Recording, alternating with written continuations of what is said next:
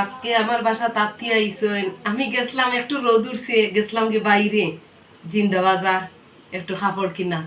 এখন আত্মীয় আইসেন, কিতা করতাম, আমারে ফোন করে কইতরা, হঠাৎ করে তারা আইসেন।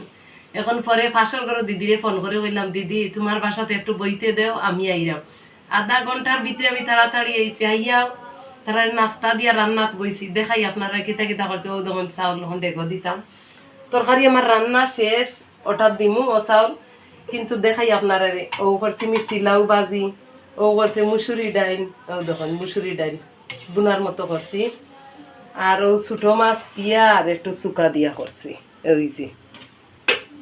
আরও দেখুন আর একটা করছি পেঁপে দিয়া আর আলু দিয়া, বড় মাছ দিয়া করছি। ও দেখুন বড় মাছ দিয়া করছি, আলুও সাথে দিছি। আর মরিচি কিন্তু একটু যে কালার হয়, একটু জাল হয়, তারা তো গ্রামের মানুষ একটু জাল খায়, এতে করে জাল দিছি। আর সাথে আমও দিমু খাটিয়া তা খাইবা। এখন তারা আইবা, কোনো বাদ করলাম আমি ডাক্তারের কাছে গেছি।